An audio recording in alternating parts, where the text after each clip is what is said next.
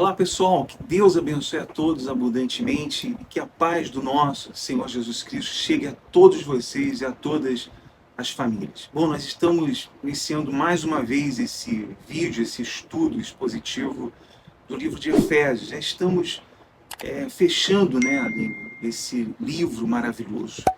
E eu gostaria que você nos acompanhasse até o final desse vídeo com muito entusiasmo, porque nós estamos aqui também muito entusiasmados, muito motivados a falar sobre essa armadura de Deus, que já falamos anteriormente, nos 2 vídeos anteriores, mas hoje nós vamos terminar essa parte aqui, dessas últimas peças da armadura de Deus. E a Aline ela vai fazer uma recapitulação do que nós falamos na semana passada, para que você fique então por dentro desse estudo, certo? Oi, gente! Uma alegria estar aqui com vocês novamente na reta final do nosso estudo expositivo da carta aos Efésios, essa igreja madura que a gente viu desde o princípio, uma igreja que Paulo fez questão de mostrar, de escancarar a maneira nossa de falar todas as bênçãos que nós, os filhos de Deus, temos por direito. Quando nascemos de novo, entramos para a família de Deus através da adoção de filhos, então passamos a ter direitos como Cristo tem, somos co-herdeiros com Ele. Gente, somos filhos de Deus. Sabe lá o que é isso? Somos filhos. Eu meditava hoje à tarde, estava ali na sala, meditando, estudando, e eu comecei a pensando na soberania de Deus e no que é melhor, que às vezes a gente pensa, mas isso teria sido melhor. Eu comecei a pensar na criação, amor. Quando Deus criou Adão e Eva, não diz que Adão e Eva eram filhos de Deus. Eles eram criaturas de Deus, que foram criadas para dominar outras criaturas. Eram criaturas perfeitas, porque não existia pecado. Mas em nenhum momento a Bíblia fala que eles eram filhos de Deus, né? Deus deu a ordem para eles crescer e multiplicar e tenham filhos para mim agora, né? Enfim, mas não fala, agora depois da morte de Cristo, Ele nos deu o poder, como João fala, de agora sermos chamados filhos de Deus. Então, às vezes a gente não entende, às vezes acontece algo ruim na vida das pessoas, algo ruim, e a gente, por que aconteceu? Mas não, muitas vezes é Deus trabalhando, é Deus fazendo algo para que aquela glória da segunda casa seja muito maior do que a primeira. Adão e Eva eram criaturas de Deus, perfeitas, com certeza. Mas hoje nós temos o poder de sermos chamados filhos de Deus. E é isso que Paulo vem falando nessa igreja de Efésios, que eles têm essa adoção, que eles eram filhos e que hoje nós somos filhos e que nós temos já todas as bênçãos celestiais garantidas por termos essa adoção de filhos. Então, nós vimos no vídeo anterior as 3 primeiras partes da armadura de Deus, né, que falava ali do cinto da verdade, do cinturão da verdade, que é o quê? Que a verdade é o que é. O cinto era aquilo que sustentava a armadura do soldado no passado. E nós vimos no vídeo anterior que este cinto da verdade é o que gira em torno de toda a vida cristã, de toda a vida do ser humano, de toda a vida do Filho de Deus. A vida do Filho de Deus gira em torno desta verdade do Evangelho, de quem éramos e de quem somos agora. Éramos filhos da ira, mortos em delitos e pecados. Hoje somos filhos de Deus, co-herdeiros com Cristo. Então, essa é a verdade. É em cima desta verdade que temos que nos firmar. Tudo gira em torno, e aonde não existe verdade, desmorona, amor. É como nós falamos, se a armadura do soldado não estivesse presa no cinto deles, desmoronava, caía, ia ficar nu no campo de batalha. Muito mais, ia ficar totalmente ali exposto para os inimigos, sem a armadura, porque o cinto caiu. Então, mesma coisa é a verdade. Se não estivermos com esse cinturão da verdade, se a nossa vida de filhos de Deus não estiver firmada nessa verdade, vai desmoronar. Tudo que não gira em torno da verdade desmorona. Então a gente viu isso com detalhes. Depois falamos ali da couraça da justiça, que essa justiça, como muito mal interpretada e ensinada principalmente pelo falso evangelho, mas inclusive até por alguns irmãos, pela má interpretação de que essa justiça é uma justiça própria dos nossos méritos, que nós temos que nos vestir da nossa integridade, da nossa obediência, das nossas boas ações e moral e conduta para ir para uma batalha contra o diabo. Não, nós vimos que não é isso. Ai de nós, se formos nos nossos próprios méritos para uma batalha com um inimigo tão feroz, vamos ser devorados, destruídos. Não, essa justiça, nós vimos que ela é a justiça de Cristo, aquela conquistada na cruz, que nos foi dada de graça. Quando nos vestimos dela pela fé, então estamos prontos para suportar o dia mal, estamos prontos então para resistir essa batalha até o final. E terminamos então falando das sandálias aí, né, calçando os pés com o evangelho da paz. Este evangelho da paz que nos diz o seguinte: já não somos mais filhos da ira, já não somos mais filhos do inimigo, já não somos mais inimigos de Deus, agora somos amigos, porque fomos reconciliados por Cristo com Deus, por intermédio de Cristo. Então isso foi o que a gente viu no vídeo passado. E hoje a gente começa então, termina com as 3 últimas partes, né, da armadura. Eu já posso ler, amor? Sim, só eu quero pedir que você nos ajude, como nós terminamos na semana passada, falando sobre a missão de todos os cristãos, de proclamar esse evangelho da paz. Você pode aí agora copiar esse link do canal, esse link desse vídeo especificamente, e compartilhar com seus amigos, com seus familiares agora. Se você não é inscrito ainda no canal, você pode se inscrever agora, você não paga nada, é gratuito, você aperta o botão e você se inscreve também no canal. Compartilhe para que essa mensagem chegue a muitas outras pessoas. E também lembrando que no final desse vídeo, terminando esse estudo, nós estaremos realizando uma oração em favor de todos vocês. Bom, então a Aline vai ler aqui os versículos e depois nós vamos falando aqui um de cada vez para vocês, tá bom? Então vamos agora adentrar aqui nos versículos. Eu vou ler do 13 para pegar o contexto, tá, gente? Ok. A gente vai falar a partir do 16, mas vamos ler tudo de novo. Portanto, tomai toda a armadura de Deus, para que possais resistir no dia mau, e depois de terdes vencido tudo, permanecer inabaláveis. Estais, pois, firmes, cingindo-vos com a verdade e vestindo-vos da couraça da justiça.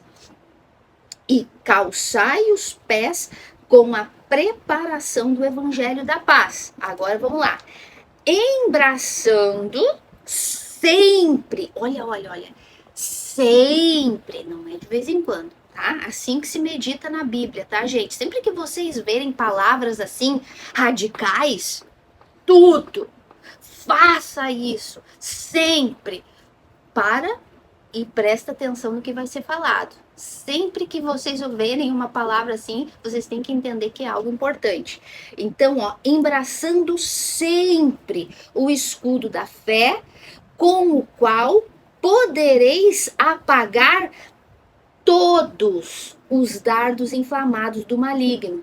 Tomai também o capacete da salvação e a espada do Espírito, que é a palavra de Deus. Até aí, né, amor?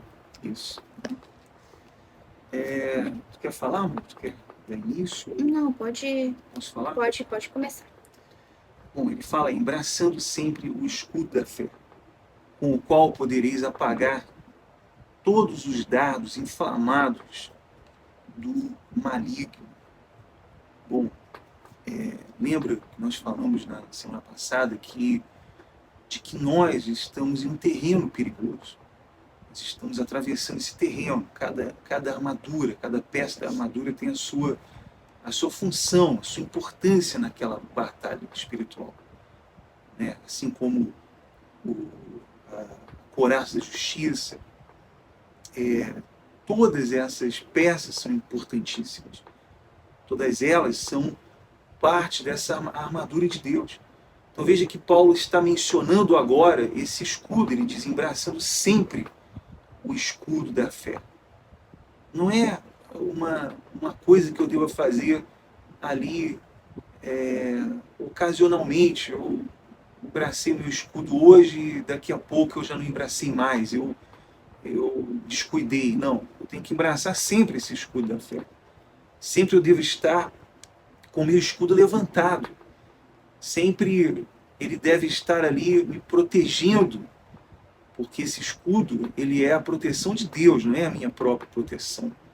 Não é a minha própria sabedoria, minha própria habilidade de lutar em uma batalha. Não, esse escudo é de Deus. Então, quando eu estou embraçando esse escudo, eu estou confiando na proteção de Deus.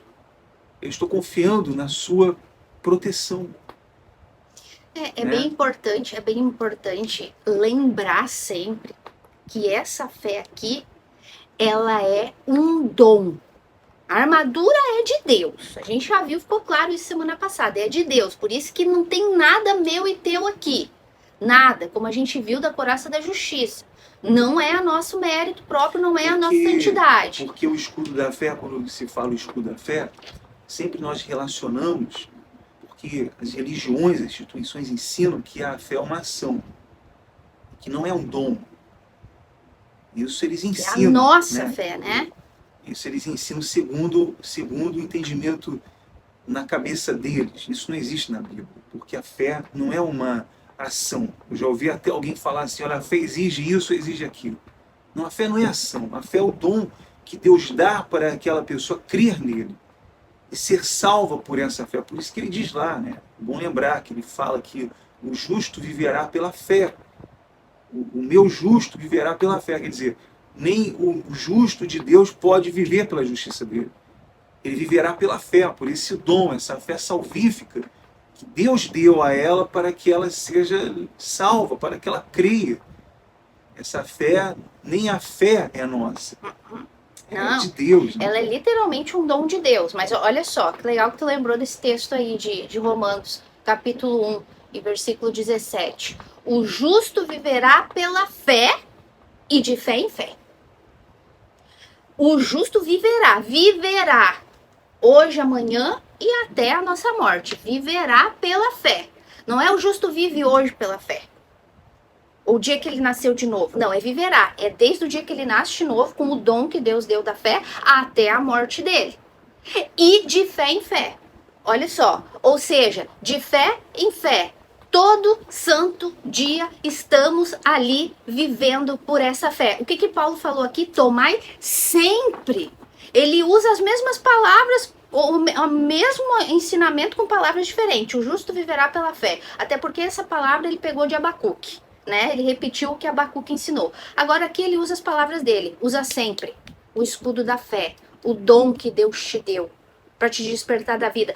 Só que o que significa usar todos os dias o escudo da fé? A fé é dom que Deus me deu. Não é a minha fé, não é a fé inventada pelo falso evangelho, das minhas ações, dos meus sacrifícios, do meu como eu tenho fé, essa é a minha fé, aquela fé louca que faz e acontece e só quebra a cara porque acha que tá agindo a fé e tá, na verdade, se arrebentando. Não, é a fé dom para crer em Cristo. Só que o seguinte, Abacuque disse e Paulo repetiu, de fé em fé, todos os dias, usa sempre esse escudo da fé. Por quê? Porque, amor, nós recebemos a fé de Deus dom, mas nós desenvolvemos essa fé. Sabia? A gente desenvolve. É um dom, e esse dom é desenvolvido, assim como outros dons, o dom de ensinar.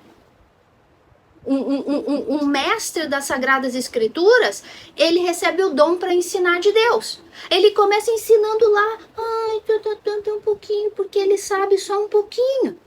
Aí daqui a pouco Deus vai dando sabedoria, porque o próprio o apóstolo Tiago falou, se tu quer sabedoria, pede para Deus. E ele vai te dando. Então, daqui a pouco, aquele mestre que começou ensinando aquela coisinha, daqui a pouco já está ensinando, daqui a pouco já está ensinando, daqui a pouco, pela graça de Deus, porque não é mérito próprio dele, mas pela graça de Deus, pelo próprio querer e realizar do Espírito Santo na vida dele, ele vai desenvolvendo. Desenvolvei a vossa salvação com temor e tremor, porque é Deus quem coloca em vós tanto querer como realizar. Então, o justo viverá pela fé. Embraçai sempre o escudo da fé, todo santo dia. De fé em fé, porque a gente desenvolve essa fé dom, todo dom é desenvolvido, todo dom que Deus nos dá é desenvolvido, ele não fica atrofiado. Lembra da parábola dos talentos? Aquilo é o dom. Para um Deus deu 1, 5, 10, os 2 outros o que? Desenvolveram o talento, o dom, o outro enterrou, meu camarada, provou que não era filho de Deus. Então aqui, usar sempre esse escudo, viver de fé em fé com esse escudo embraçado, é desenvolver essa fé, é aumentar essa fé, todo santo dia. E por que que Deus diz que o justo viverá pela fé todos os dias e que eu tenho que vestir esse escudo? O que o Anderson falou, esse escudo é a nossa proteção contra os dardos do maligno, contra o inferno, contra o mundo. E que mundinho, né, gente? E que mundinho, amor. O mundo tá pior que o diabo. O modo de falar. Porque chegou a impressão que a gente parece que as pessoas não precisam mais do diabo para fazer o que fazem. Porque elas já aprenderam tão bem que a situação tá complicada. Então, o justo vive por essa fé todos os dias para se defender das mentiras do diabo. Para se defender dos dardos malignos, dos maus pensamentos, das intrigas, dos maus sentimentos, enfim, amor, não sei se tu quer falar aí a lista que existe de dardos malignos do diabo. É bem claro, gente, nós poderíamos citar aqui muitas flechas, como ele fala aí, os dardos inflamados do maligno, que é o diabo, que são os demônios, que é Satanás. Nós vivemos em um mundo governado pelo diabo, governado pelo maligno. Nós vivemos constantemente em uma zona de perigo, nós vivemos constantemente em um terreno perigoso. Mas andamos nesse terreno confiantes e sem medo, porque sabemos quem está nos protegendo, quem está nos guardando. E esse escudo nós devemos embraçá-lo constantemente, como Paulo fala, embraçando sempre, porque de todos os lados nós vamos ter que apagar essas flechas flamejantes do diabo, de todos os lados. E que flechas são essas? São os pensamentos, são as doutrinas mentirosas dos fariseus, são as palavras de dúvidas, são todo tipo de pensamento, não é? Não são só aquelas lutas que nós vemos ali claramente que é o diabo, não, aquelas lutas que a gente não vê. As mais sutis, aquelas né? mais insignificantes, aquelas flechas ali flamejantes de um pensamento. Não tem nada a ver, é só hoje. Não, depois tu pede perdão para Deus. Então, para um cristão, esse escudo da fé é crucial. Ele está constantemente embraçando o escudo da fé contra esses sentimentos que o diabo lança em forma de flechas flamejantes. O diabo sempre vai usar aquilo que ele sabe que é o nosso ponto fraco, né? A gente tem que estar sempre ali nessa fé que Deus nos deu, tanto para a salvação como para a santificação, né? Porque temos que estar sempre nessa fé diária, todos os dias, nos santificando. Então o diabo sempre vai tratar de o quê? De vir com acusação. O diabo vai vir e vai querer esfregar o nosso pecado na nossa cara. O diabo vai vir querer colocar fardos nas nossas costas. Ele vai vir com as intrigas, com as dúvidas, ele vai vir usar pessoas, o nosso ponto fraco, o nosso caráter, a nossa personalidade, porque ele nos conhece muito bem. Então, dentro da nossa personalidade, ele sabe como mais ou menos a gente reage em determinadas situações, com determinadas conversas, num determinado grupo de pessoas. Então, ali ele vai jogando, né? Vamos ver se isso aqui vai incomodar ela. Pronto, se ele usou alguém para falar uma palavra que nos aborrece e vê que nós temos uma reação que vai de encontro ao que ele quer e foge do que aquilo que a Bíblia nos ensina, então ali ele já conseguiu nos ferir. Ali o nosso escudo da fé já falhou. Ali nós já demos espaço para o diabo já começar a ferida, a nos machucar. Então ele vai tentar aquilo que mais nos provoca, vai usar pessoas para nos provocar, vai usar pessoas para nos ferir, principalmente pessoas mais próximas, muitas vezes da família, como a Bíblia fala, Jesus disse, os inimigos serão os da própria casa, vai usar amigos, colegas de trabalho, situações aquelas flechinhas assim, que tu olha assim e aparentemente não é nada, ou então às vezes te machuca tanto que tu desanima, tu te entristece. Gente, diabo sabe trabalhar. Ele tem, anos-luz na nossa frente. E ele tem os enviados dele. Ele tem aqueles que prontos para fazer a vontade dele. Então, por isso, nós temos que estar todos os dias com essa fé dom, essa fé de crer em Cristo e esse crucificado, de crer nesse Deus que nos salvou e que continua nos perseverando nessa salvação. Ele continua nos dando os meios para essa santificação e automaticamente nos dando essas armas para nos defender deste mal, dessas ciladas. Meus amores, tudo aquilo que é contrário às Sagradas Escrituras, pelo mínimo que pareça, é um dado maligno do diabo, é um engano, é um dardo que tu tem que te defender. Às vezes não tem cara de pecado, às vezes tem aquela cara de não tem nada a ver.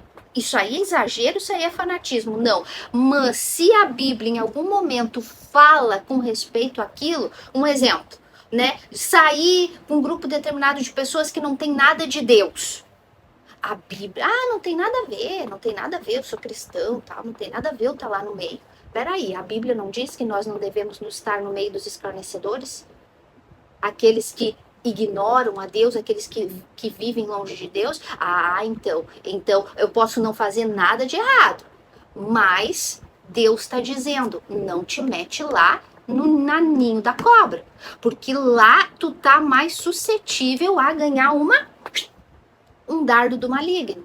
Deu para entender? Então tudo aquilo que vai contra o que a Bíblia fala, tudo aquilo que te afasta das Escrituras é do diabo. Meus amores, todo pecado que a gente comete é porque nós damos ouvidos para a mentira do diabo e deixamos de dar ouvidos para a verdade das Escrituras. Então, sempre o escudo da fé, que é o que nos protege, que é os que nos defende. E lembrando, temos que desenvolver essa fé, porque ela pode ser, de acordo com Jesus, uma fé bem pequena. Não é o que Jesus falou? Homem de pequena fé?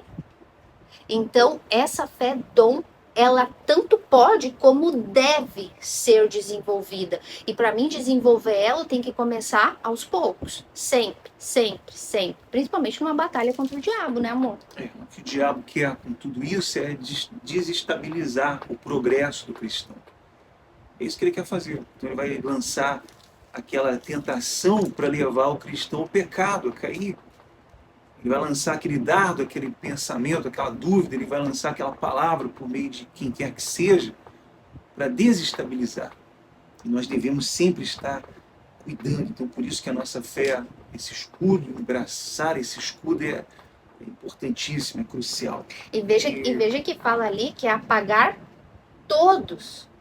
Todos os dardos, não, todos. Flechas. Gente, olha só. O que é a fé? Olha só a fé. Quando tu embraça o escudo da fé, crendo realmente que essa fé é dom dada por Deus, dada pelo autor e consumador da fé, que é Jesus Cristo, quando tu sabe que tu é filho de Deus e tu tá embraçado e tu tá nessa peleja de desenvolver esse dom, desenvolver essa fé, Paulo está afirmando aqui, lembra, escritura, inspiração do Espírito Santo, Paulo está afirmando que tu e eu vamos conseguir rebater todos, não é alguns, e de vez em quando um escapa e te fere. Não, se tu embraçar bem certinho ele como tem que ser, bem certinho, não de qualquer jeito, não, bota ali e sai, como a gente falou agora, dando brechas para os dardos entrar. Não, se tu botar ele bem certinho, confiando na santidade, na justiça de Deus e na fidelidade de Cristo, que ele disse, ele te salvou e ele prometeu que vai te manter salvo até o fim. Então, tu vai apagar todos. Não é alguns, não é talvez tu te desvie de algum. Não, é todos. Gente, aprende a meditar nas escrituras. Isso dá muito mais ânimo, isso dá muito mais força pra gente. Pois é, vamos passar pro próximo versículo, então, que fala aqui. Amor, eu quero falar do capacete da salvação. Tomai também o capacete da salvação e a espada do Espírito, que é a palavra de Deus. Então, Aline, então, fala aí. Posso falar o que é o capacete da salvação? Posso falar o que tu acha que é o capacete da salvação, meus amores? Mas quer saber? Eu não vou falar. Eu vou deixar a Bíblia mostrar para vocês o que é o capacete da salvação. Vamos ver na Bíblia? Abre a tua Bíblia aí comigo. Vai lá no livro de 1 Tessalonicenses. 1 Tessalonicenses, capítulo 5 e versículo 8 e 9. Vamos ver o que Paulo está dizendo aqui. Coloca aí, capacete da salvação.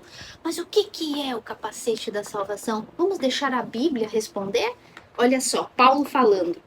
Nós, porém, que somos do dia, sejamos sóbrios, revestindo-nos da couraça da fé e do amor, e tomando como capacete a esperança da salvação.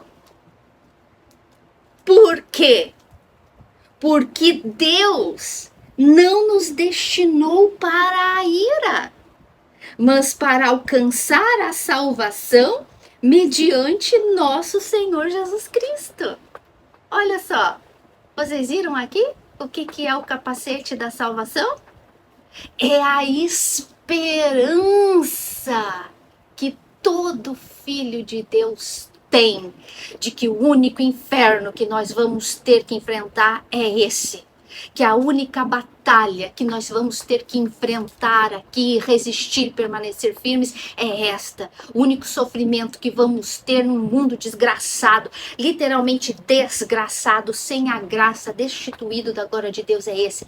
Porque a nossa esperança está posta no céu, mediante o nosso Cristo, Senhor e Salvador. O capacete é essa esperança. Gente, olha a minha Bíblia. É a Bíblia de estudo, tá vendo? De quem desenvolve o dom da fé, amor. Vale a pena lembrar que o único inferno que os cristãos terão que suportar é esse mundo aqui. E o único paraíso que os incrédulos irão desfrutar é esse mundo aqui. Então, pense nisso. E só para elucidar ainda mais esse texto, nós temos que lembrar isso, que aqui o discurso de Paulo, ele está se dirigindo aos salvos. Né? Nesse discurso aqui de Efésios, quando ele fala dessa armadura, da oração, ele está se dirigindo àqueles que já são salvos.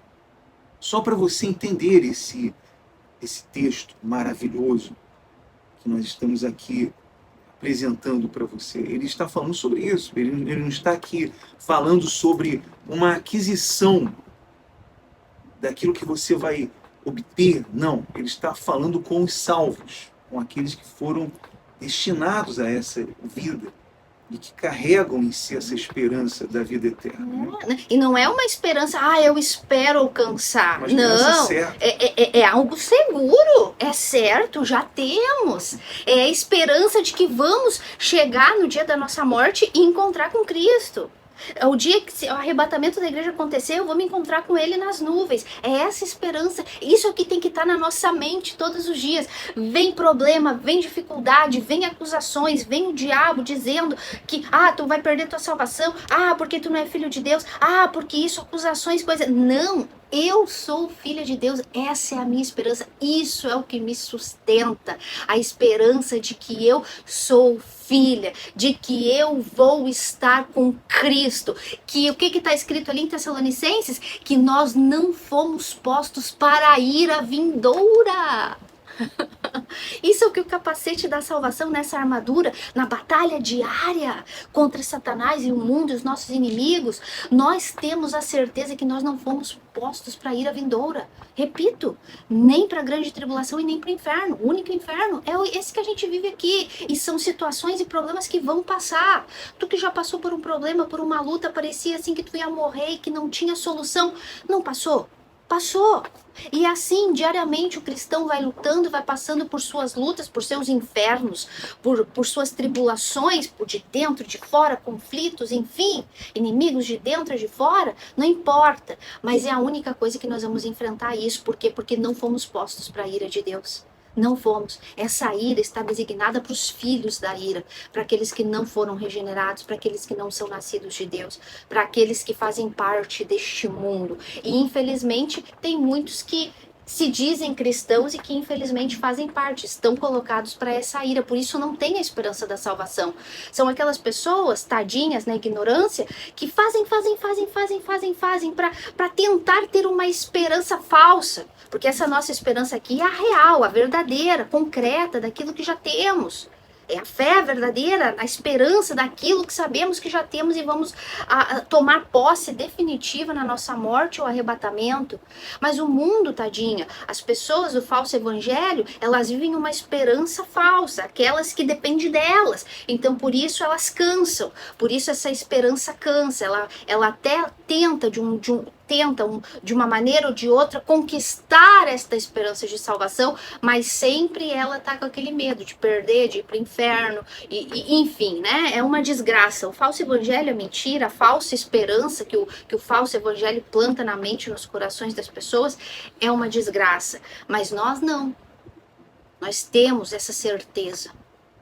Nós temos a certeza de que nós não fomos postos para a ira. Então, quando fecharmos os olhos neste mundo, vamos abrir ele diante da presença do nosso Cristo e vamos ver como ele é. Temos a certeza que um dia ouviremos a trombeta tocar, aqueles que estiverem vivos, ouviremos a trombeta tocar e em um abrir e fechar de olhos teremos nossos corpos transformados nos ares e nos encontraremos com Cristo nas nuvens. Essa é a esperança que nós temos e é isso que nos dá essa força durante uma peleja, durante uma batalha. Pode o mundo inteiro nos acusar, podem nos acusar, jogar o que for na nossa cara, o diabo pode vir com tudo, mas nós não perdemos essa esperança porque ela está plantada no coração de um filho de Deus. Ela se discerne dentro de nós. Sabemos, pois, que somos filho de Deus. E quem nos separará do amor de Deus que está em Cristo Jesus? Nem a altura, nem a profundidade, nem a largura, nem principados, nem potestades, nem qualquer outra coisa poderá nos separar do amor de Deus que está em Cristo Jesus. Nada tira essa esperança de um filho de Deus. Este é o capacete da salvação. E essa esperança, ela permanece incontestável, né? Incontestável. Embora o diabo tenta colocar incerteza, como nós já falamos, ele lança seus dardos inflamados, tentando colocar incerteza, mas essa salvação, ela é certa para o Filho de Deus. Embora ele passe por momentos de dúvidas, embora ele passe por momentos de aflições, ele passe por momentos ali de conflitos, mas não, a salvação, a esperança da vida eterna de um cristão, ela é incontestável. Ela permanece. Então, por isso que eu falei que Paulo está se dirigindo aqui aos salvos, ele está falando aqui com o cristão. É bom lembrar que essa armadura foi disponibilizada para os cristãos, para aqueles que nasceram de novo. Então, essa segurança ela é uma verdade inalterável, não é mesmo, Marina? É isso aí. Tu quer falar mais alguma coisa sobre esse capacete? Vamos passar aqui agora para a espada, né? Isso. Tomai também a espada do Espírito, que é a palavra de Deus. A palavra de Deus. Agora nós entramos aqui nessa peça da armadura que é a peça mais, assim, todas são importantes, todas elas são, todas, né? Mas a espada, ela é a única arma aqui de defesa e de ataque, né? É a principal, porque é a palavra de Deus. E a palavra de Deus é a verdade incontestável. Por isso que o diabo, ele tenta de todas as formas, por meio do falso evangelho, por meio dos falsos profetas, falsos mestres, distorcer a verdade, distorcer a palavra de Deus, colocar em dúvida essa palavra, colocar em dúvida a verdade, né? Então, é isso que o diabo tentou desde sempre, desde o início, desde lá da queda de Adão e Eva, foi isso que o diabo sempre fez. Colocar em dúvida a palavra de Deus, foi o que ele falou para Eva, né? Ele lançou aquela flecha, aquele dardo em Eva, e ela acreditou. Ela acreditou, ela disse, por que não, né? Por que não ser igual a Deus? Por quê? Ela não conseguiu descansar, eles não descansaram apenas na dádiva que Deus deu para eles, no descanso que eles tinham. Não, eles tinham que ser, eles tinham que ser igual a Deus. Foi a falsa promessa de Satanás. E hoje é o que nós vemos também em todos os lugares, em todas as religiões, na maioria das religiões, nós vemos isso. O diabo tentando distorcer, tentando tirar a credibilidade dessa palavra. Então as pessoas pegam a Bíblia, a palavra de Deus, e fazem o que querem, falam o que querem, inventam o que querem. E a maioria das pessoas acreditam, né? Você vê todas essas igrejas lotadas, porque as pessoas querem ouvir uma mentira. Aquilo é música para os ouvidos delas.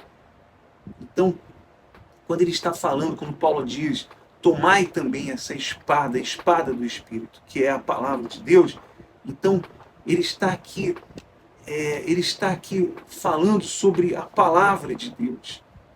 E você veja que todos os elementos, né, como nós falamos agora, dessa armadura, foram projetados para se proteger, né? Todos os elementos, os outros elementos.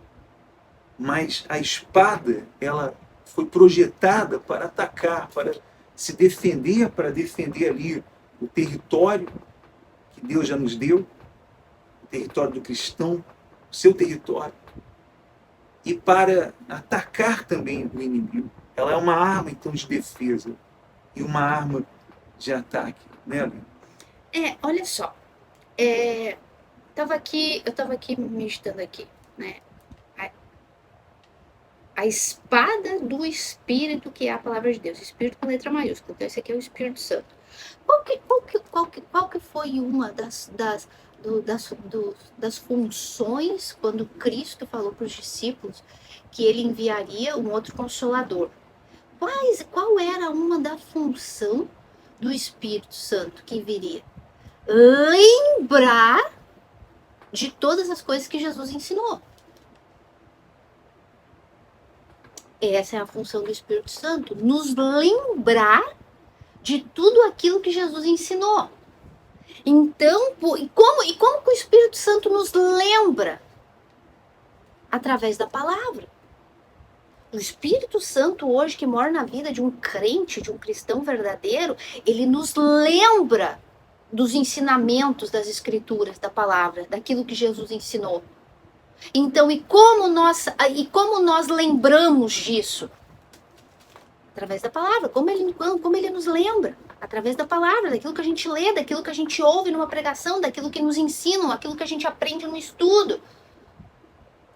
Então, essa espada do Espírito, ela é a palavra de Deus que tem que estar na nossa mente, na nossa memória, todo o tempo, todo o tempo. Como foi que Jesus venceu a tentação no deserto de Satanás? Lembrando da palavra dita lá no Antigo Testamento. Quem fez ele lembrar? porque ele era homem ali naquele momento, nos representando. Lembrem-se, Jesus se despojou da glória de ser Deus para ser homem. Desculpa. Para ser homem neste mundo. Então, no deserto, ele foi tentado como homem, como eu e como tu. Então, olha só, como que Jesus enfrentou Satanás? Lembrando do quê? Da palavra. O Espírito Santo fez ele lembrar. Não só de pão viverá o homem, mas de toda palavra que procede da boca de Deus. Então, o Espírito, nos momentos das lutas, nos momentos... Estamos numa batalha. Lembra que a gente falou desde o primeiro dia, quando a gente começou a estudar a batalha, amor? Que não é uma guerra que nós decidimos entrar, já estamos nela. A partir do momento que nascemos de novo, já entramos numa guerra contra o diabo, contra o mundo, contra o pecado, contra tudo. Já estamos numa guerra. Então, estamos numa guerra. Lembra que é uma batalha de resistência? Não precisamos ir para cima do diabo, como o falso evangelho ensina. Vai para cima, parte para cima. Não. Pode ficar paradinha no teu lugar que o diabo vai vir, porque a gente já está envolvida na guerra. Só que o diabo vem. Isso não significa que eu vou ficar ali estática, como a gente fala em espanhol, coqueteando com o diabo. Coqueteando com o pecado, com o meu inimigo. O meu inimigo vai vir contra mim e eu tenho que rebater ele. O diabo vai vir, o problema vai vir, o inimigo vai vir e eu vou ficar ali estática, sem fazer nada? Sem me defender? Não, eu vou me defender, mas eu vou me defender com a arma certa. Com a palavra do Espírito, com a palavra de Deus. Por quê? Porque é uma luta espiritual.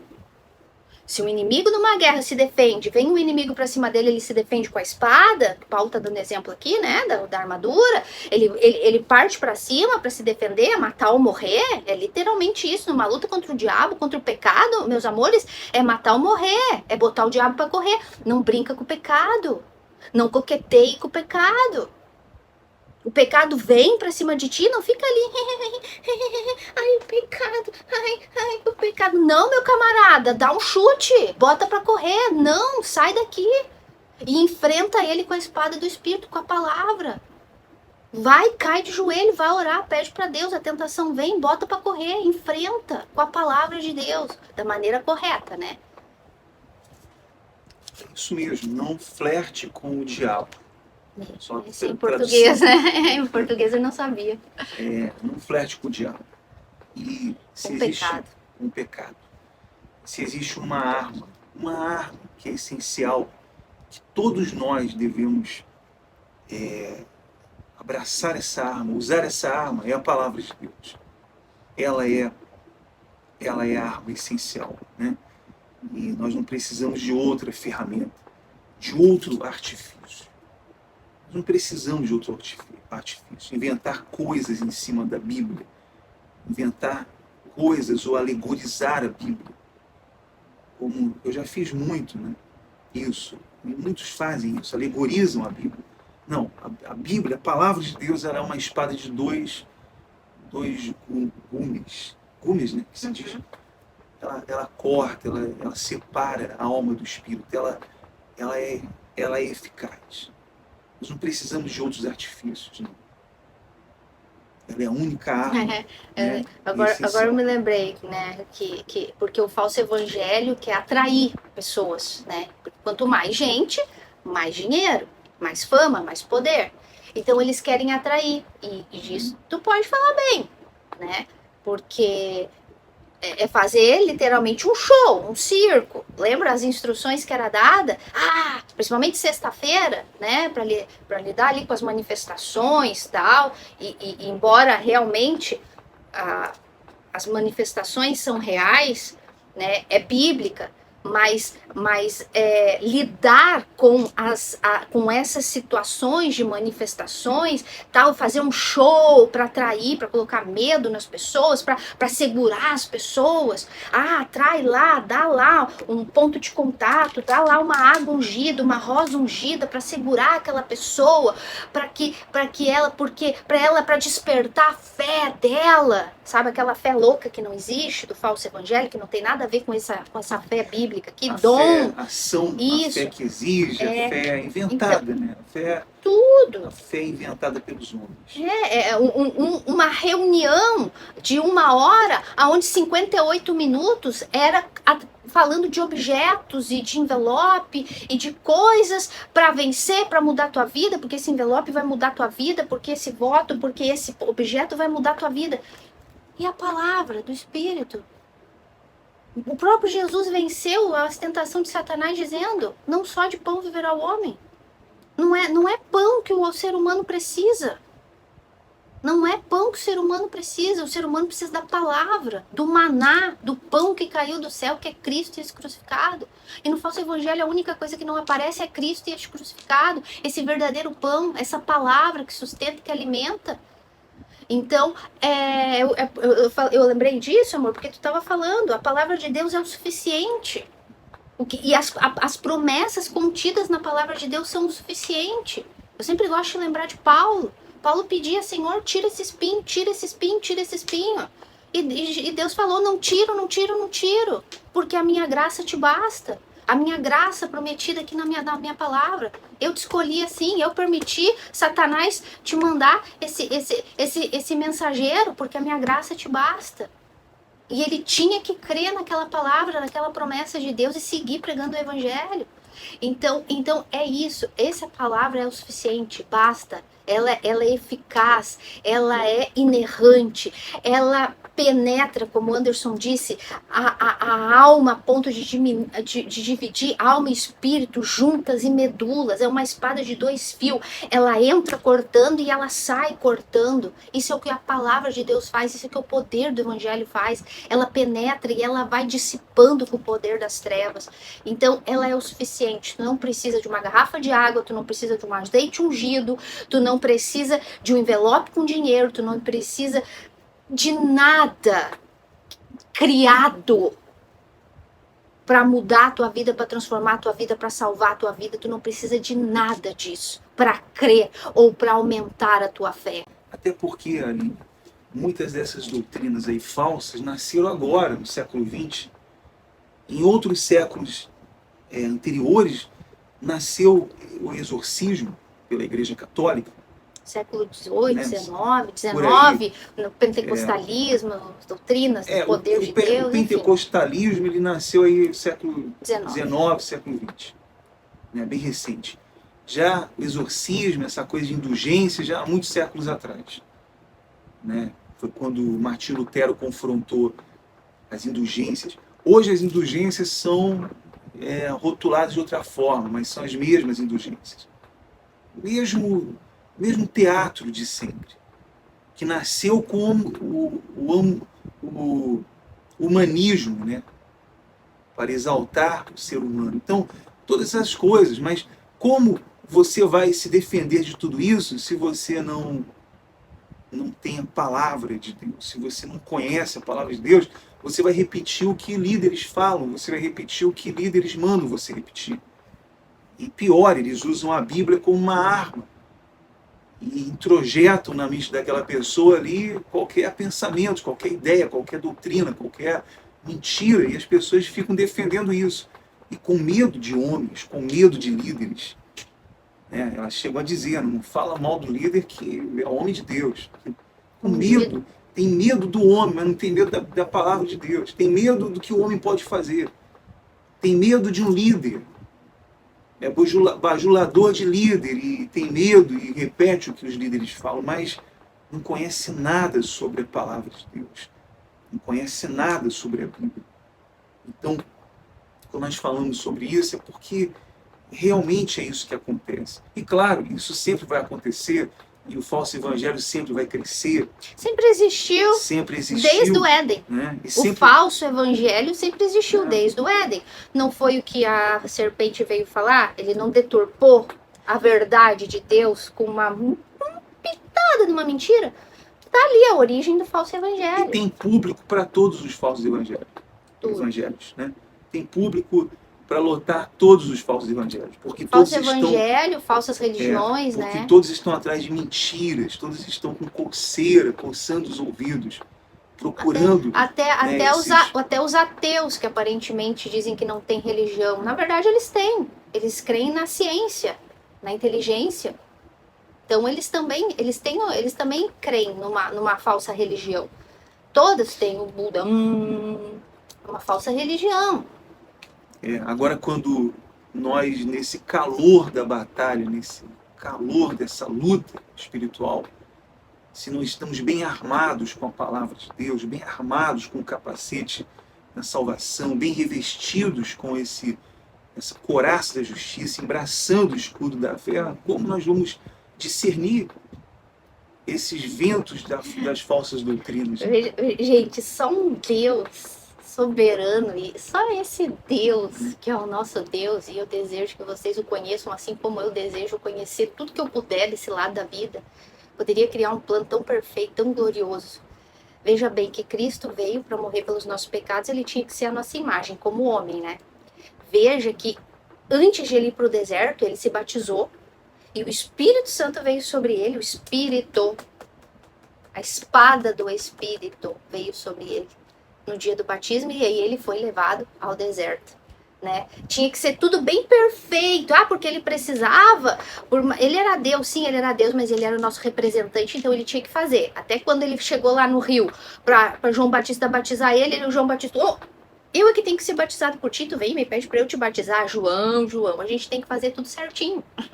A gente tem que fazer tudo certinho, porque, né, em outras palavras, eu sou o cabeça, eu vim fazer o que Adão tinha que ter feito e não fez. Então, tenho que fazer todo o processo. Ele cumpriu ali no nosso lugar, tudo isso ele teve que fazer. Se humilhar a esse ponto, tem que ser batizado por um homem pecador. E Cristo, o Filho de Deus, teve que se batizar lá. Mas pergunta, ele estava preocupado em se humilhar? Claro que não.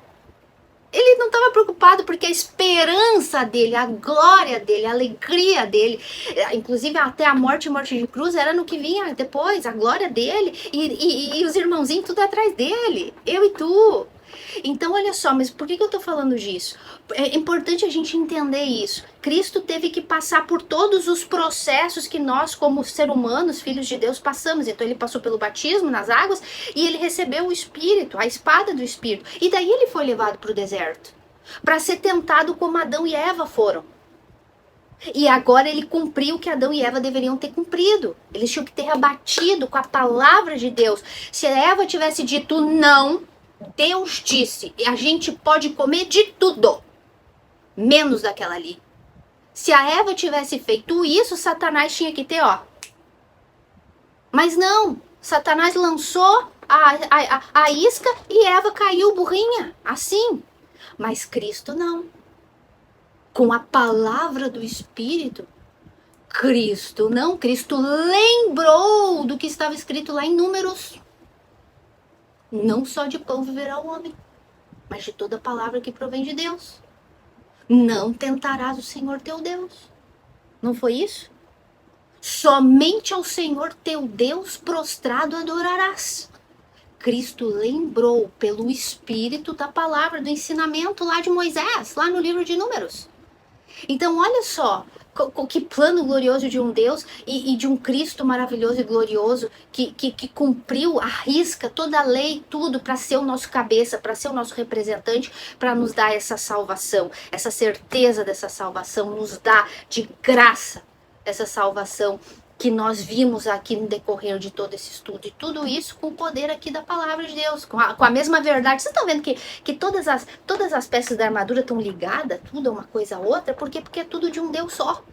É tudo ligado a um Espírito só, a armadura de Deus. Gente, isso é muito profundo, gente. Eu oro para que amor, isso é muito profundo, amor. Sabe? Ai, como é maravilhoso meditar na palavra de Deus, gente. De verdade mesmo. Assiste esse vídeo 1, 2, 10 vezes se for necessário, olhando aqui, meditando, pensando na história, lembrando. Pede para que o Espírito Santo de Deus te lembre das Sagradas Escrituras, para que no momento das lutas e das dificuldades o Espírito de Deus te lembre das verdades ensinadas por Cristo, das palavras de promessa, das palavras de ânimo, inclusive das palavras de que muitos sofreram. Aliás, todos aqueles que decidiram seguir a Cristo sofrem. padecem neste mundo, mas temos a esperança da salvação, que tudo isso vai passar. E muito em breve, e muito, muito, muito em breve mesmo, tudo isso vai acabar. Pois é. Então, como nós podemos discernir o que vem do diabo e o que vem de Deus? Por meio da palavra de Deus, por meio de meditar na palavra de Deus.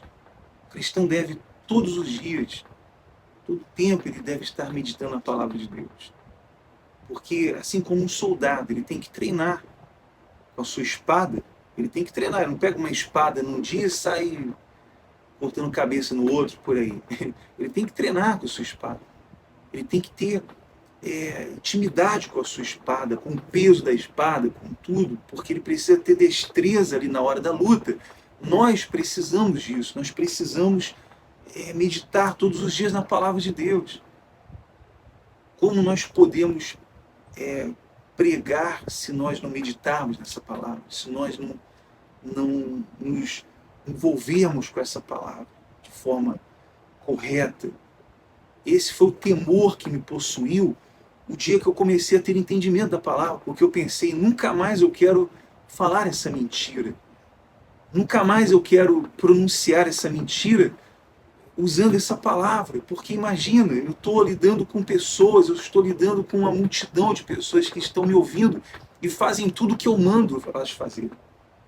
Imagine eu no dia do juízo, diante do grande juiz, do grande leão, porque Cristo já não será o cordeiro que hoje ele é. Ele será o grande leão, julgando aqueles que distorceram a palavra, que diluíram com mentiras, com meias verdades. Então esse temor me possuiu, esse zelo por essa palavra. E eu pensei comigo, eu nunca mais quero errar na palavra. Eu nunca mais quero passar uma mentira, uma informação. Ainda que eu seja difamado. Não importa. Posso ser difamado, pode ser ridicularizado, como já fomos. Né? Injustiçados. Mas não importa. Graças a Deus por isso. Mas o sangue de ninguém vai estar nas minhas mãos. Esse é o temor que possui aqueles que conhecem a palavra de Deus.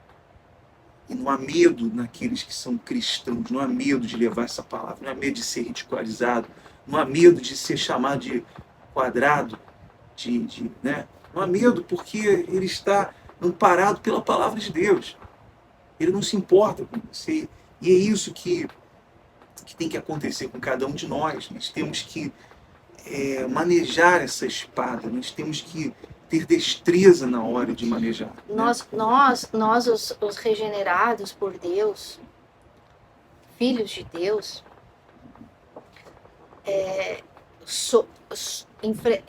somos realmente, é uma batalha mesmo aqui. Se a gente não tiver com essa armadura toda ela, é difícil, gente, porque nós somos atacados por todo mundo, não é só pelo inferno, pelo diabo. Nós somos atacados pelo diabo, nós somos atacados pelo mundo ateu, nós somos atacados pelo mundo no geral, pelas filosofias deste mundo, pela cultura deste mundo. Nós somos atacados pelo pecado que nos rodeia, que mora em nós por causa da nossa natureza antiga, pecaminosa, que ainda está ali escondidinha. Nós somos atacados pelo falso evangelho, nós fomos atacados pela religião e nós somos atacados inclusive por aqueles que se dizem evangélicos, porque o falso evangelho do neopentecostalismo são seitas, não são igrejas evangélicas, são seitas. Mas nós somos atacados até por aquelas igrejas evangélicas, aquelas que pregam, que falam de Jesus, mas nós somos atacados por quê? Porque nós colocamos a soberania de Deus acima de todas as coisas. O Deus soberano reina na vida de um filho de Deus. É Ele que decide, é Ele que faz, porque Ele disse, eu sei o início e o fim de tudo. Nós defendemos que quem salva é Deus e não o homem.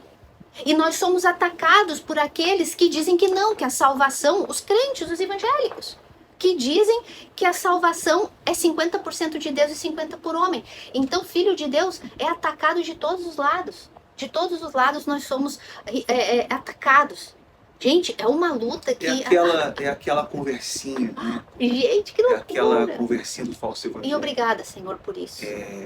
Jesus fez a sua parte, mas você tem que fazer a sua parte. Você também tem que fazer. E foi isso que aconteceu no Jardim do Éden, né? Foi o que a serpente sugeriu. Olha, vocês não precisam ser o protagonistas, mas sejam coadjuvante, né? Pelo menos.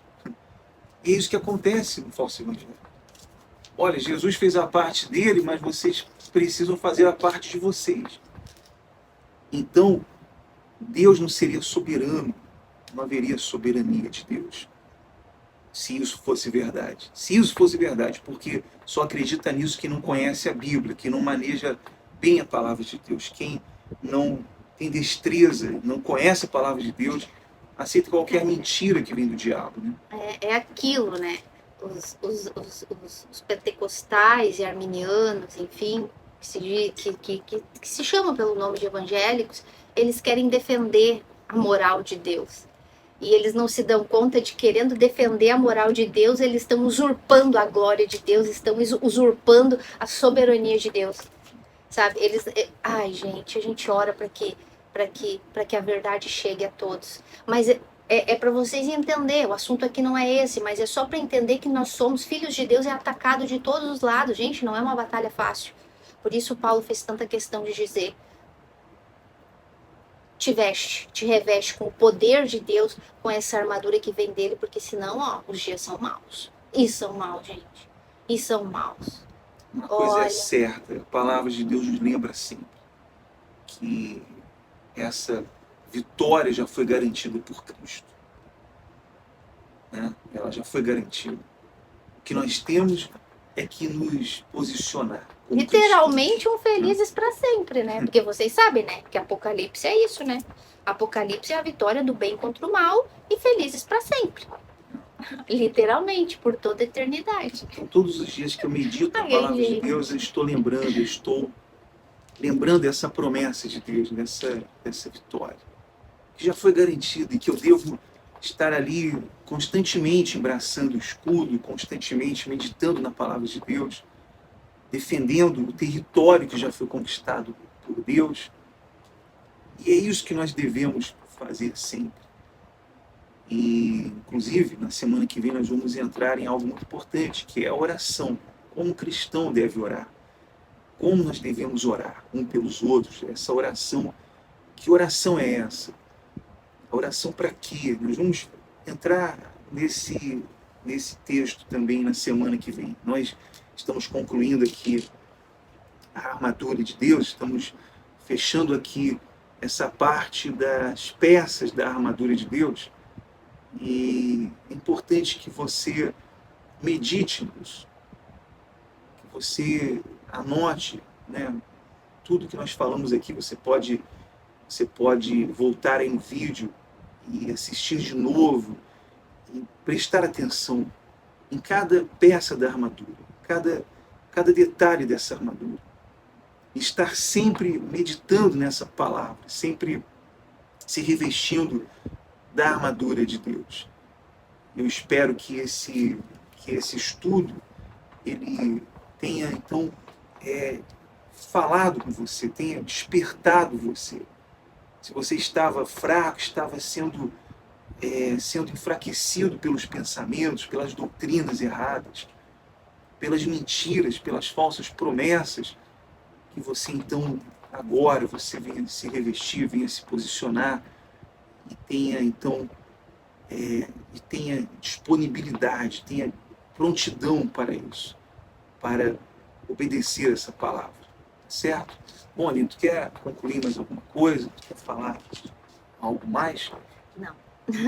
Já falei demais hoje, deixa para a próxima semana.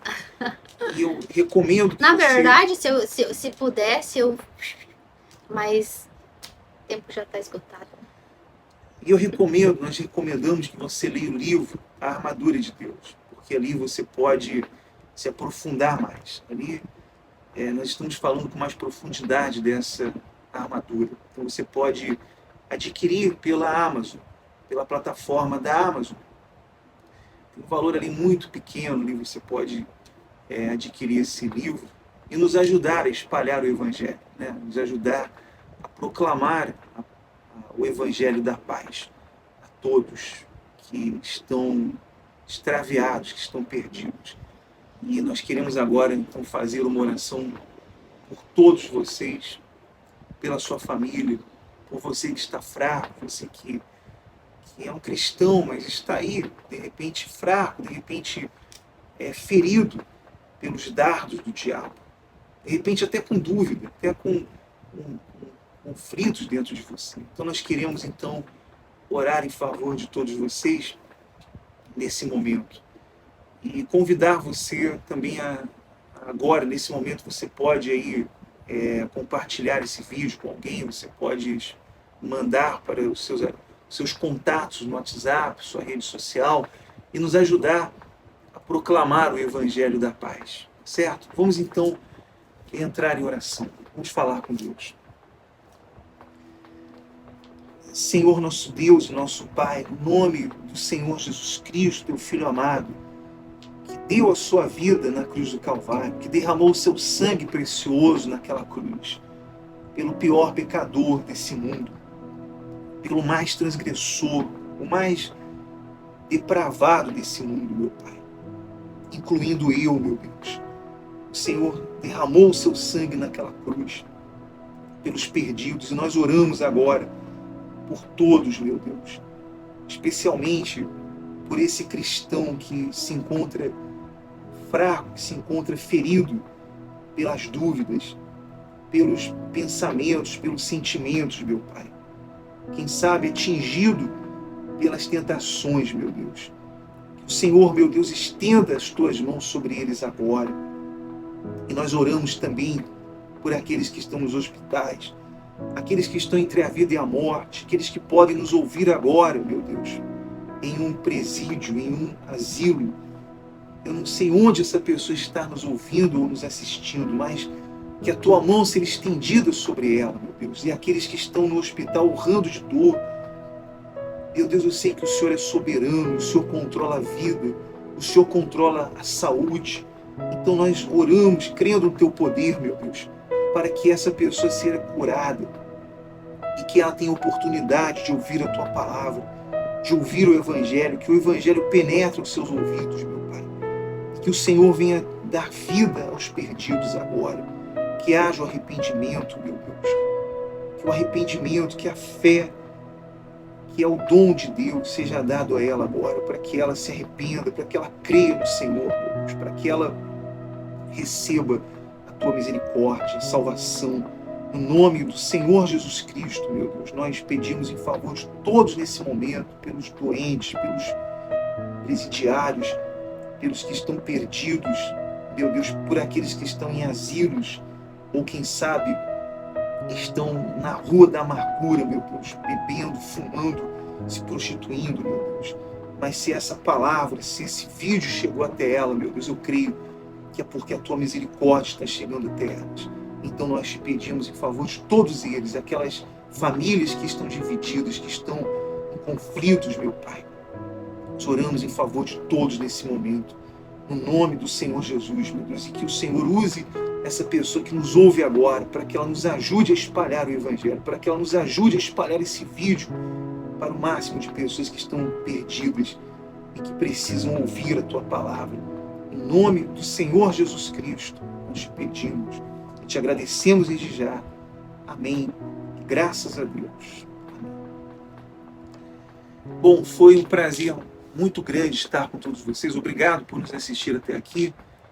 E na próxima semana estaremos então falando acerca da oração, entrando nesse assunto da oração, que será, acredito que o último estudo do livro de Efésios, e já estaremos anunciando qual será o nosso próximo estudo expositivo. Tá bom? Forte abraço e até o nosso próximo vídeo. Tchau, gente.